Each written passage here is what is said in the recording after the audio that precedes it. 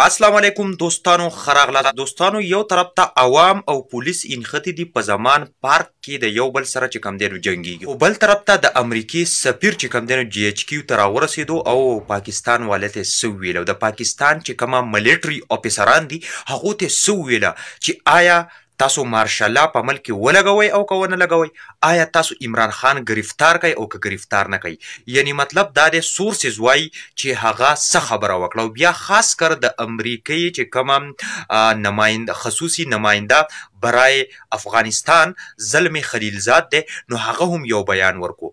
او دویم اهم خبره به دا ډیسکس کو چې دا خو لزره سکیورټي ده او سلور 15000 ویل کېږي خلک دا کوېسچن ډېر وکړي چې سلور 15000 عوام دي نو په کار ده چې دغه لزره سکیورټي دوله چې کم دینو ګولۍ ورکي بارود ورکي ورسور کې دغه 4-5000 کسان کرش کی او دا لزره سکیورټي دومره ټرین سکیورټي ته بیا هم چې کم دینو سو کې پکې ونیشته بمباریانی ونه کې هلیکاپټر را نغلي ولې چې کم دینو خلک کل نکړه مړې نکړه په کار ده چې دا سکیورټي ورپسې شو دا خلک کرش کی په دې خبره به ډسکشن کوو اصل کې حکومت څه کول غواړي حکومت د عمران خان نه یو غټه غلطي کول غواړي چې عمران خان د غټه غلطي کله وکړله نو تاسو ته پته ده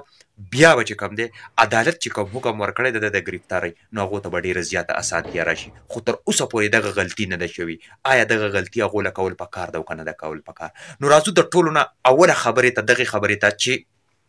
د امریکای صدر د شپې چې کم دینو دا میټینګ ارینج شو د خفیه میټینګ ارینج شو او دا داوا چا کړ د عادل راجا میجر ریټایر عادل راجا چې کم دنو دا داوا وکړه چې ماته د خپل زاراینه یعنی ماته خپل جاسوسانو دا ویل چې پراول فنډي جی ایچ کیو کې چې کم دی نو یو میټینګ وشو او هغه میټینګ کې څوک راوغوستلی شو د امریکای سفیر او د امریکای سفیر کولا او د ملټري افیسرانو ته ویل چې ګوره که په ملک کې مارشالله ولګول او ملک هم دې حالت ته ورسو چې مارشالله ته چې کم دی نو خبره ورسېده نو بالکل ګوره موږ ستاسو سره لین دین یا دغه نه ساتو د ملک چې کم دی نو بالکل ستاسو په پیور ستاسو په مفاد کې بیا موږ خبرې اترې نه کوو ملک چې مارشالله ولګي نو دغه ملکونو سره څوک لین دین نه ساتي نو یو خبره ورته دا وکړه سی ورته ویل چې بالکل په آرام او سکون سره او په ښه طریقه سره او په ښه شان سره دا مسله حل کوي د دې مسلې چې کم دی نو داسې حل راوباسي چې مستقل حل راوځي کنه نو په دې اخوا دې خوا باندې کار نه کیږي ټیک فلا یو ورته دا خبره وکړه او دویم تاسو ته پته ده چې د امریکای چې کوم خصوصي نماینده برای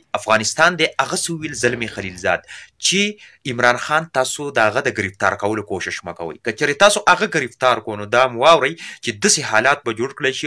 او داسې افت به راشي په پاکستان باندې یقین وکړئ چې نه به فورسز کنټرول کړي نه به نورې ادارې کنټرول کړي نو لهذا داسې کار وکړئ چې ارلی زر تر زره الیکشن وکړئ او صاف او شفاف الیکشن طرف ته خبره بوزئ په دې طریقه سره د دې دوه بیاناتو نه میجر عادل راجا دا دعوه وکړه چې ظاهریږي داسې چې عمران خان بالکل نه گرفتار عمران خان چې کم دی نو بالکل څه کوي نه گرفتاری او عمران خان چې کم دی نو کېدی شي په خپل ځای پاتې شي صاف او شفاف الیکشن ته ځکه چې دا پته ولګېده چې مسلسل خلک دې حد ته ورسېدل چې باقاعده فایټ کوي باقاعده چې کم دی نو ولاړ دي ډټ کر مقابله کوي خو هار نه مني نو د دې نه دا ظاهریږي د دوه خبرونه چې د امریکای سفیر او زلمی خلیلزاد د دې بیاناتو نه چې په دې ملک کې کېدی شي پاسبل دی چې الیکشن وکړلی شي اوس راځو چې داسې حالات یې ولې جوړ کړي دي چې دا پولیس او ها هو جوړ کړی دوړه د باو انسو ګیس او وال مال کوي یعنی مطلب دا چې ګولۍ نه چلی بمان چې کم دی نو نه غورځئ ټیک شوله که نه زه به درته ویم چې هلیکاپټر راولي دا خبره د خلکو ټیک ده چې بای بمباریانې وي که دا هر څه کرش ډاون کړي